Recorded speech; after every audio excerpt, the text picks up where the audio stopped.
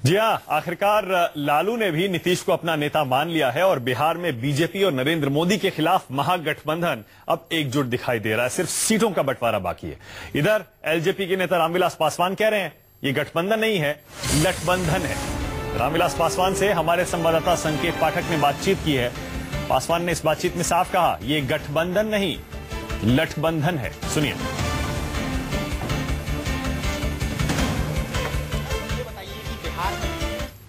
पासवान मौजूद है। सर ये बताइए कि बिहार में जो भी गठबंधन को लेकर लगातार दांव पे केंद्रीय मंत्री रामविलास पासवान मौजूद है, हम उनसे बात करेंगे। सर ये बताइए कि बिहार में जो भी गठबंधन को लेकर लगातार दांव पे चल रहे हैं, क्या लगता है गठबंधन हो पाएगा? क्योंकि अब कांग्रेस भी इसमें कूद गई है। गठबंधन नहीं होगा, लठबंधन होगा। जैसे विलय नहीं हुआ वैसे गठबंधन भी नहीं होगा। ये सब जो है चल रहा है, नौटंकी चल रहा है और जनता को दिग्भ्रमित करने वाली बात है। सर मुलायम सिंह यादव ने नीतीश कुमार को सीएम कैंडिडेट घोषित कर दिया है और कहा है कि ये गठबंधन होकर रहेगा सांप्रदायिक शक्तियों से लड़ने के लिए। मुलायम सिंह यादव को भी नई पार्टी का अध्यक्ष घोषित कर दिया गया था, तो कौन पार्टी के अध्यक्ष हैं मतलब है?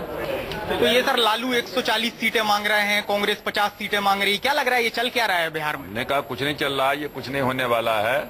मन में राम बगल में छुरी है। तो सर आपको लग रहा है कि फाइनली बिहार में आप लोगों की जीत होगी? हमारी जीत होगी, 3/4 बहुमत से सरकार एनडीए बनाएगी। लेकिन लालू यादव दावा कर रहे हैं कि सांप्रदायिक शक्तियों को घुसने नहीं देंगे बिहार। अरे वो तो बहुत दावा करते थे, तो कहा लोकसभा के चुनाव में क्यों हार गई? उनकी पत्नी क्यों हार गई? बेटी क्यों हार गई? असेंबली में क्यों हार गई? दावा करने से थोड़ा क्या होता है? तो साफ तौर से आपने सुना कि रामविलास पासवान का कहना है कि जो गठबंधन को लेकर दांवपेच चल रहा है, जो कई पार्टियां एक साथ आने का दावा कर रही हैं, वो गठबंधन कभी भी सफल नहीं होगा और वहां पर एनडीए की जीत एक बार फिर होगी। कैमरामैन राजेंद्र के साथ संकेत पाठक, मुंबई, न्यूज़ 24। नीतीश कुमार के नेतृत्व में अब पूरा का पूरा महागठबंधन मोदी को चुनौती दे रहा है। रामविलास पासवान कह रहे हैं लठबंधन है, ये गठबंधन होगा ही नहीं। अजय आलोक जेडीयू के नेता हमारे साथ हैं, अरुण सिंह बीजेपी से हैं। अजय आलोक, सुना आपने पासवान क्या कह रहे हैं? कह रहे हैं गठबंधन होने वाला है नहीं, और जिस तरह से लालू जी कह रहे हैं जहर का घूंट पी लूंगा, लगता है कि अंदर सब कुछ ठीक है नहीं, पता नहीं ये गठबंधन ठीक से हो पाएगा नहीं हो पाएगा। अब कोई खुली आंख से अंधा बनना चाहे तो हम क्या कर सकते हैं? हम देख रहे हैं गठबंधन हो गया, नेता भी अनाउंस हो गया, उसके बाद भी कह रहे हैं गठबंधन नहीं होगा, ये लठबंधन है। कह रहे हैं दोनों के हाथ में खंजर है, तो चलिए मान लिया हम दोनों के हाथ में खंजर है, लेकिन खंजर भूखे कहां जाएगा? खंजर जाएगा एनडीए की तरफ, उसके लिए तैयार रहे हम। अच्छा अजय आलोक, उन्हीं की भाषा में उनका जवाब दे रहा हूं। और दूसरी बात भारतीय जनता पार्टी कह रही थी कि नीतीश हमसे अलग हो गए तो गंदे हो गए। भारतीय जनता पार्टी क्या गंगा की एल्गी हो गई है क्या? कि एल्गी रहती है, गंगा को साफ करती रहती है, और एल्गी अलग हो जाएगी तो गंगा मैली हो जाएगी? ऐसा है कि हम इनके जैसे नहीं होते हैं कि आज हमारा चेहरा कुछ होता है, कल हमारा चरित्र कुछ और हो जाता है। हम जिस स्टैंड पे थे उसी स्टैंड पे कायम है, और ये हमें गवर्नेंस की बात सिखा रहे हैं। तो किस सिद्धांत और नीति के तहत ये जम्मू कश्मीर में जरा इन्होंने सरकार बनाई? किस सिद्धांत और नीति के तहत इन्होंने झारखंड में? हम इनके जैसे नहीं होते हैं कि आज हमारा चेहरा कुछ होता है, कल हमारा चरित्र कुछ और हो जाता है। हम जिस स्टैंड पे थे उसी स्टैंड पे कायम है, और ये हमें गवर्नेंस की बात सिखा रहे हैं। तो किस सिद्धांत और नीति के तहत ये जम्मू कश्मीर में जरा इन्होंने सरकार बनाई? किस सिद्धांत और नीति के तहत इन्होंने झारखंड में बाबूलाल मरांडी की पार्टी तोड़ के अपने 6 एमएलए बढ़ा लिए? ये क्या बड़ा अच्छा सिद्धांत और पार्टी और नीति, और यही सिद्धांत है क्या भारतीय जनता पार्टी का? बाप बेटी की सरकार, बाप बेटी की सरकार चिल्लाते चिल्लाते जम्मू कश्मीर में आप मुफ्ती मोहम्मद सईद के साथ गवर्नमेंट बनाते हैं। पाकिस्तानी झंडा जब लहराता है उस वक्त आपका 56 इंच का छाती आपके सामने नहीं आती है, उस वक्त देश का स्वाभिमान याद नहीं आता है, लेकिन पाकिस्तानी झंडा ठीक लगता है। अच्छा अजय आलोक, आता है उस वक्त। एक सवाल और है मेरा आपसे अजय आलोक, एक सवाल और है। ठीक है, मुख्यमंत्री को पद को लेकर आखिरकार लालू जी ने जहर का घूंट पी लिया, जैसा वो कह रहे हैं, जहर का घूंट पी लिया, लेकिन सीटों के बंटवारे पर पेच अभी फंसा हुआ है। देखिए अजय आलोक, 140 सीटें लालू मांग रहे हैं, 50 सीटें कांग्रेस मांग रही है, आपके पास तो कुछ भी नहीं बचा इस लिहाज से। नहीं तो फिर तो 45 सीट हमारे लिए बच गई। हाँ वही मैं कह रहा हूँ। ऐसे गठबंधन नहीं होता है, ये लालू जी भी जानते हैं, और उन्होंने किसी कंटेक्स्ट में बोला ये चीज कि खून का घूंट में कहे, उन्होंने कहा कि जहर का घूंट भी पीना पड़ेगा, किसी भी हद तक जाना पड़ेगा। मकसद साफ है कि इन लोगों को बिहार में घुसने नहीं देना। मतलब नीतीश कुमार जहर का घूंट है, शुरू से ही बात कह रहे हैं। मतलब नीतीश कुमार जहर का घूंट है, लालू जी ने आखिरकार पी लिया। नहीं है नीतीश कुमार के लिए तो उन्होंने कह दिया, नीतीश कुमार के लिए तो उन्होंने कह दिया कि हम और नीतीश तो एक ही परिवार से आते हैं। कुछ बातों को लेकर हमें अनबन हो गई, मतभेद हो गया, मनभेद हो गया, लेकिन हम वापस एक प्लेटफॉर्म पे आ गए। नीतीश कुमार कभी उनके लिए जहर के घूंट नहीं है। अगर ऐसा होता तो खुशी खुशी खुद अपने से उन्होंने चीफ मिनिस्टर के नाम का, नेता के नाम का प्रपोजल खुद लालू जी ने दिया, जिसे मुलायम सिंह यादव जी ने घोषणा की जिसकी। और मुलायम सिंह यादव ने कहा भी कि हम लालू जी के बहुत आभारी हैं कि उन्होंने नीतीश कुमार का नाम खुद पेश किया था। तो ये सब कोई बात नहीं है, ये सब मीडिया स्पेकुलेशन से आप लोग स्पेकुलेशन करते रहिए, बाजार तभी गर्म रहेगा। ऐसा है ना अजय आलोक, लोकसभा चुनाव में जो रिजल्ट आया था उसके हिसाब से असेंबली कॉन्स्टिट्यूएंसीज में आपकी पार्टी को सिर्फ 17 सीटों पर बढ़त थी, सिर्फ 17 सीटों पर। आरजेडी को 37 पर थी और बीजेपी और एलजेपी पूरा एनडीए 243 में से 161 पर आगे था। 161 जबरदस्त बहुमत होता है अगर ऐसे ही कन्वर्ट हो जाए नतीजे तो। लोकसभा का आकलन अगर आप करेंगे तो मैं लोकसभा के बारे में एक और विचित्र चीज आपको बताता हूं कि ठीक है, सीटों का आकलन आपने कर लिया, वोटों का भी आकलन आप दिखा रहे थे कि 45% हमें था, 36% उन्हें था। लेकिन आ जाइए लोकसभा के आकलन में, दिल्ली चुनावों पे 67 सीटों पे भारतीय जनता पार्टी लोकसभा में दिल्ली में आगे थी और परिणाम जब विधानसभा का आया तो 67 सीटें आम आदमी पार्टी के पास चली गई। तो लोकसभा और विधानसभा के चुनाव को एक तराजू में रख के मत तोलिए। अच्छा ठीक है, तो आपका क्या प्रेडिक्शन है? आपका क्या प्रेडिक्शन है? आपके गठबंधन को कितनी सीटों का आप दावा करते हैं अजय आलोक? हम ये लोग 175 प्लस कहते थे ना, मैं दावे के साथ कह रहा हूं 200 प्लस हम लोग रहेंगे।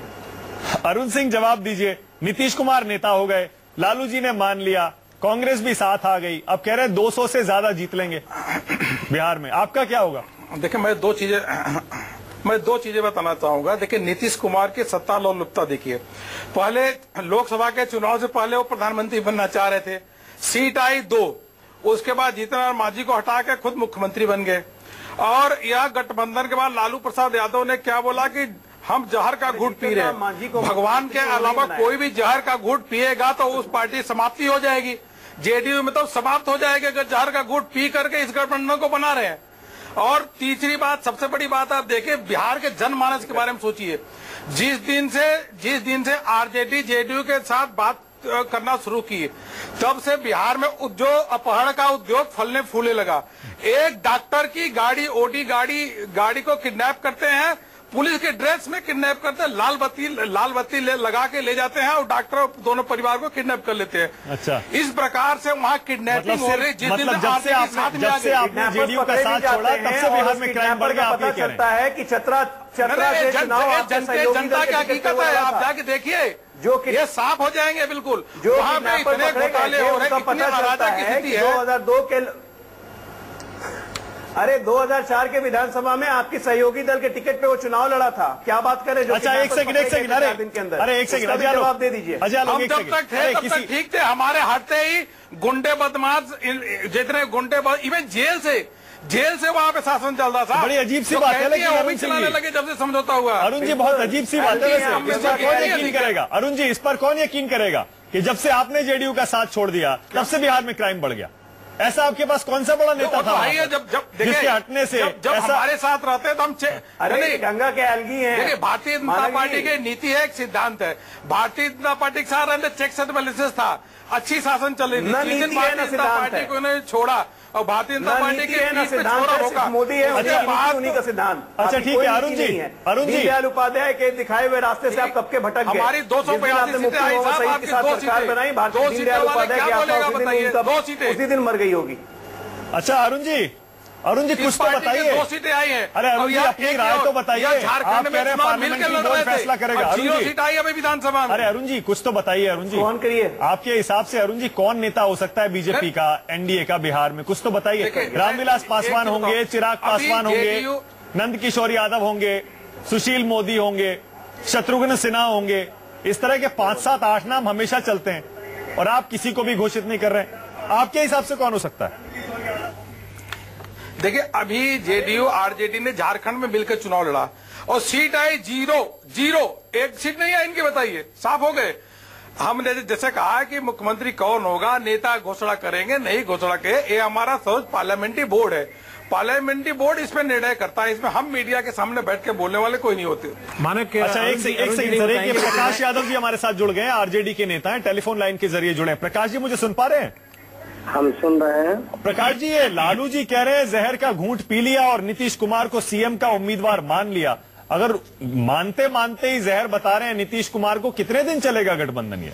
देखिए शीर्ष नेतृत्व ने बहुत ठोक बजा के और सही समय पर सही निर्णय लिए हैं। भाजपा देश को जहर पिला रहा है, और इस जहरीला जो ताकत है उसके जहर को निकालने के लिए जो नफरत फैलाने वाली ताकत है वह निशाना आदमी लालू जी के सामने। अच्छा ठीक है प्रकाश जी, तो सुना जाए पहले, अब फिर अब लिए तो सुनिए।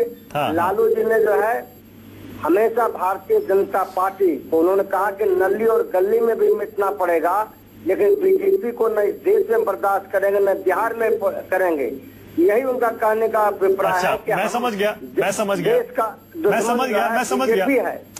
प्रकाश जी। इसका मतलब ये हुआ, आप ये कह रहे हैं कि लालू जी ने ज्यादा जहरीले जहर को मारने के लिए कम जहरीला जहर पी लिया, आप ये कह रहे हैं ना प्रकाश जी? ये सवाल नहीं है। अच्छा ठीक है, चलिए ये बताइए अरुण जी, प्रकाश जी, कितनी सीटों पर आप दावा कर रहे हैं बिहार में गठबंधन के अंदर? सर्वनिश्चित जो है हंसते खेलते तय करेंगे। आदरणीय लालू जी, नीतीश जी, शरद जी, आदरणीय मुलायम सिंह जी, सारे शीर्ष हमारे हैं, हंसते खेलते निर्णय करेंगे। हमारा निशाना है यह जो सेकुलर और जो है प्रगतिशील ताकतें हो रहे हैं, हमारा निशाना भारतीय जनता पार्टी है कि बिहार में इसको पस्त करेंगे जनता के आशीर्वाद से। ठीक है, बहुत लालू जी ने कदम ठीक है प्रकाश जी, बहुत शुक्रिया हमसे बात करने के लिए। मैं ये कह रहा था कि बिहार का चुनाव, दरअसल ये दोनों जो खेमे आप दिखाई दे रहे हैं जो बड़ी ताकत के साथ मैदान में उतर पड़े हैं, इन दोनों में कोई ये नहीं कह सकता कि उसके लिए आसान चुनाव है। दरअसल ये दोनों के लिए बहुत मुश्किल चुनाव है। एक तरफ नरेंद्र मोदी जी की जो सरकार है केंद्र में, उसका एक असर है बिहार में, साख भी दांव पर है। मध्य वर्ग काफी प्रभावित है, लेकिन हाल के दिनों में किसानों में, गरीबों में, जो दलित और पिछड़े तबके उनमें गहरी निराशा है। अब जैसे मद्रास आईआईटी का ही मामला है, इसका मैसेज दलित समुदाय में बहुत बुरी तरह गया है अंदर कि जरूर कोई इस सरकार के साथ समस्या है।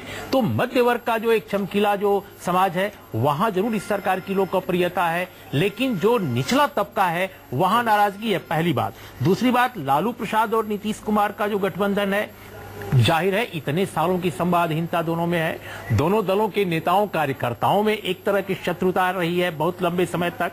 तो उनके लिए भी एक ऐसा प्लेटफॉर्म बना पाना जो लगातार बीजेपी जैसी संगठित पार्टी, जिसके पास अमित शाह जैसा संगठक है, जिसके पास नरेंद्र मोदी जैसा चेहरा है, जिसके पास आरएसएस के संगठित कार्यकर्ता हैं, जिनके पास एक ऐसी मशीन है जो सुबह से लेकर रात तक न जाने कितने समाचार, कितनी सूचनाएं दूर दराज तक प्रसारित कर देती है। मीडिया में बहुत स्ट्रांग है, मीडिया माने सोशल मीडिया, वहां भी। तो ये भी देखना जरूरी है कि कैसे बिहार के इस चुनाव में नए ढंग का, चूंकि चुनाव इस बार होगा, चुनाव प्रचार इस बार एग्जैक्टली दोनों दल कैंपेनिंग में दोनों कितना क्या दिलचस्प मुकाबला होता है। एक छोटा सा ब्रेक ले रहे हैं इसी नोट पर, फौरन हाजिर होते हैं। देखते रहिए News 24।